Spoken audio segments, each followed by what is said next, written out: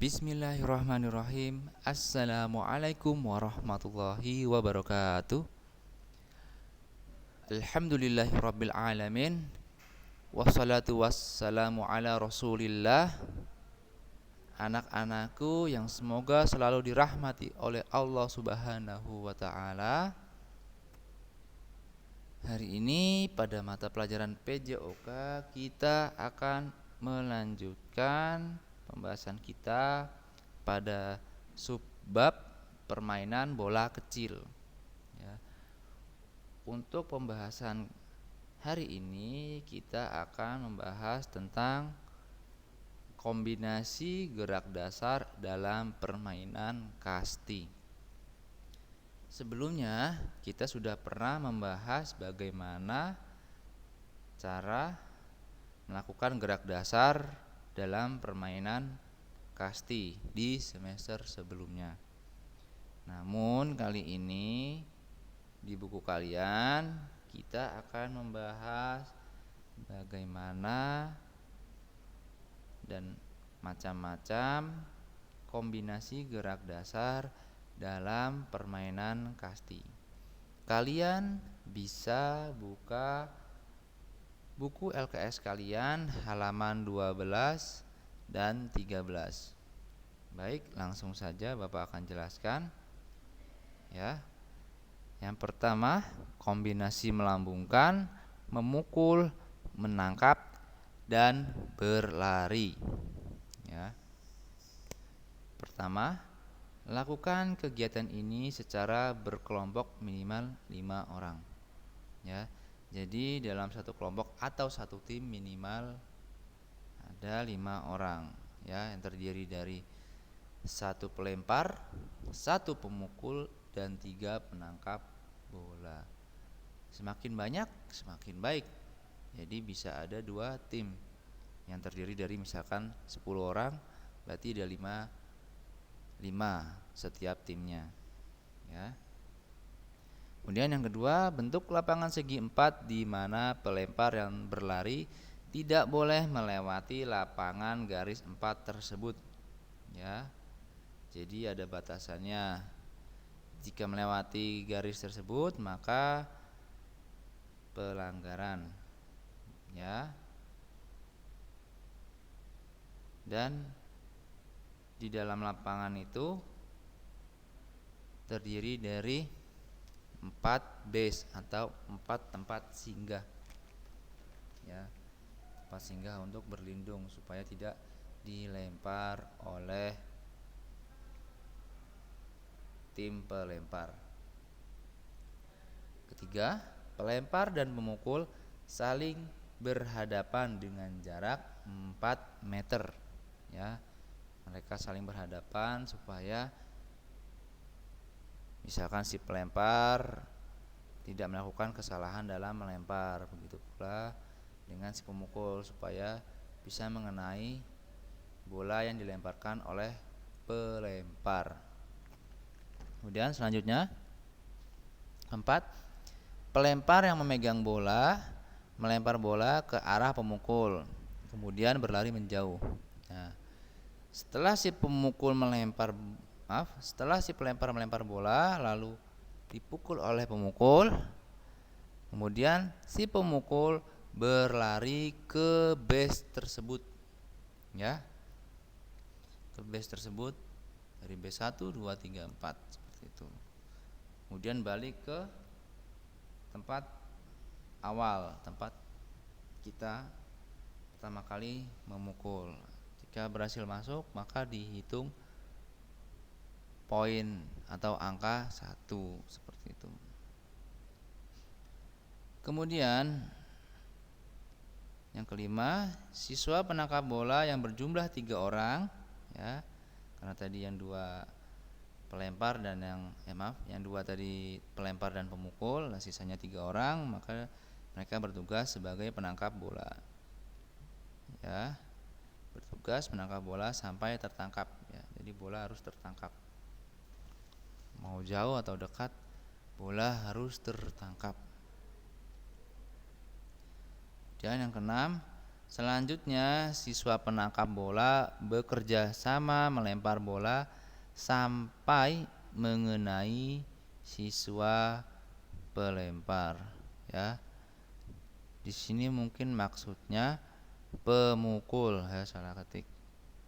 Karena yang dikenai adalah si pemukul, supaya mati si pemukul. Maksudnya bergantian nanti. Yang awalnya si pelempar bertugas sebagai pelempar, nah nanti si pelempar kalau berhasil mengenai si pemukul, maka dia menjadi pemukul dan si pemukul menjadi pelempar. Gitu sebaliknya. Jika berhasil mengenainya, ya. 7. Lakukan dengan sungguh-sungguh dan penuh percaya diri. Ya, jelas. Kalau kita grogi, salah nanti. Lemparannya bisa belok-belok, ya. Terus nanti salah berlari, harusnya kita menginjak base, malah kita menjauh dari base, akhirnya poin bagi musuh, seperti itu, dan lain sebagainya. Kemudian yang ke-8, tanyakan kepada gurumu apabila ada penjelasan yang tidak kamu mengerti, ya. Jadi kalau masih ada yang belum mengerti, kalian bisa tanyakan ke bapak. Oke, sebenarnya ini harusnya kita lakukan langsung di sekolah, namun qadarullah sekolah masih belum bisa melakukan pembelajaran secara tatap muka. Oke, selanjutnya B. Kombinasi melambung bola, melempar bola, dan memukul bola. Di sini tidak ada gerakan menangkap, ya. Kalau tadi lengkap, udah seperti sedang bermain. Kalau ini tanpa penangkap, ya. Cara melakukannya sebagai berikut. Pertama, lakukan kegiatan berkelompok minimal 4 orang. Nah, tadi, ya, itu ada 5 orang, dan ini dikurangi 1, ya. Jadi ada 4 orang. Kemudian pemukul dan pelempar berdiri berhadapan dengan jarak 5 meter. Sebenarnya boleh 4 meter, boleh 5 meter, ya. Di sini berbeda-beda, tapi boleh 4 meter juga. Oke, kemudian ketiga, melempar bola ke arah pemukul, ya. Jadi si pelempar melempar bola ke arah pemukul dengan benar supaya si pemukul berhasil mengenai bola. Selanjutnya, 4, pemukul akan memukul bola. Jelas, ya. Tujuannya untuk mendapatkan poin. Kemudian yang kelima, 2 orang temanmu lainnya bersiap menangkap bola yang dipukul pemukul, ya. Sisanya tadi, karena tadi yang satu melempar dan yang satu memukul, yang 2 itu menangkap bola, ya. Nah, yang berhasil menangkap bola, dia akan melakukan lemparan, ya, dan nanti dilakukan secara bergantian, ya. Atau misalkan ketika pelempar melempar ke pemukul, lalu pemukul berhasil memukulnya, nah, salah satu dari kedua pemain tersebut berhasil menangkapnya. Nah, nanti yang sudah menangkap menjadi pemukul, sedangkan yang awalnya jadi pemukul menjadi pelempar, dan yang tadi melempar bertugas untuk menangkap bola, ya, supaya bisa dilakukan secara bergantian, secara adil. Oke. Kemudian lakukan secara berulang-ulang, secara berkelompok dengan teman-temanmu, ya. Karena tadi ada minimal 4 orang, boleh lebih, boleh 5, 6, 7. Semakin banyak semakin baik, ya, supaya bisa saling, atau supaya bisa semakin banyak yang mengerti bagaimana cara permainan kasti. Kemudian Ya, yang selanjutnya yang C, permainan lempar bola secara berkelompok. Nah, ini hanya permainan lempar-lemparan ya menggunakan bola kasti. Oke, nah, permainan melempar bola ini akan lebih menarik jika dilakukan secara bersama-sama dengan teman. Jelas ya, karena ini ada gerakan melempar ya. Yang satu melempar, yang satu menangkap, dan kemudian yang setelah menangkap dilempar kembali kepada si pelempar atau dilempar kepada orang lain ya, seperti itu. Permainan bertujuan untuk melatih ketepatan, koordinasi mata atau tangan, dan membentuk kerjasama sama dalam kelompok kecil. Ya, jadi di sini melatih 3 komponen kebugaran jasmani: ketepatan, koordinasi, dan kerjasama. Dengan melempar bola ke arah sasaran, kerucut. Ya, jadi ada target. Ya, ada target sasaran untuk melempar, yaitu sebuah kerucut. Model formasi kelompok dapat disesuaikan dengan situasi dan kondisi pembelajaran. Ya, maksudnya jika banyak orang kita bisa membuat lingkaran, atau jika sedikit bisa membuat kotak, dan disesuaikan berapa yang melakukan lemparan tersebut, gerakan ini ya. Oke. Cara melakukannya sebagai berikut. Pertama, anak-anak membentuk lingkaran dan di tengah lingkaran diletakkan sebuah sasaran. Ya, tadi ya, sasarannya adalah kerucut. Kemudian kemudian yang kedua, kesempatan melempar bola berdasarkan kesempatan dimulai dari nomor 1, 2, 3 dan seterusnya. Ya, berarti sebelum melakukan lemparan kita melakukan kesepakatan. Ya, diurutkan siapa yang akan melakukan lemparan.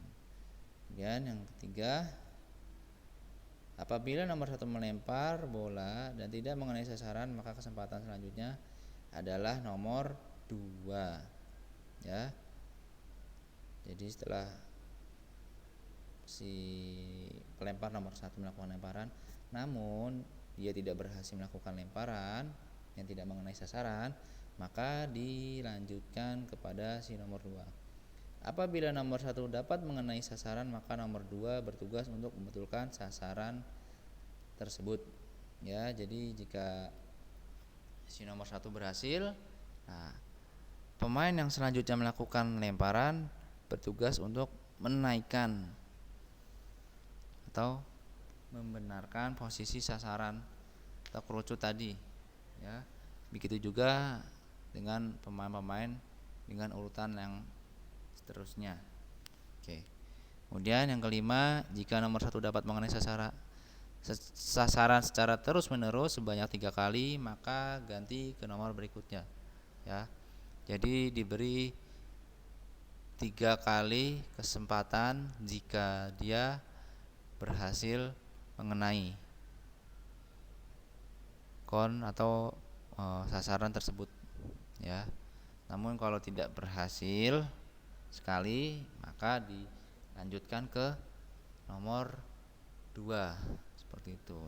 Namun kalau dari uji coba pertama berhasil, uji coba kedua berhasil, uji coba ketiga berhasil, nah, maka baru diberikan kepada pelempar kedua.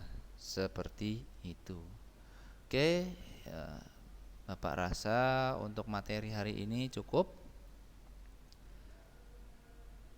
Insya Allah kita akan melanjutkan pembahasan ini tentang permainan yang lain, yaitu permainan bulu tangkis dan permainan tenis meja.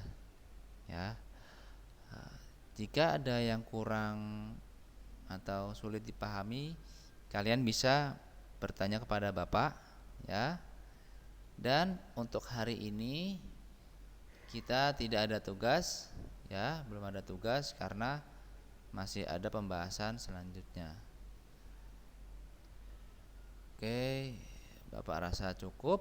Bapak mohon maaf jika ada salah kata dan ada penyampaian yang susah untuk dipahami, ya. Kita akan tutup dengan membaca doa kafaratul majelis. Subhanakallahumma wa bihamdika asyhadu alla ilaha illa anta astaghfiruka wa atubu ilaik. Assalamualaikum warahmatullahi wabarakatuh.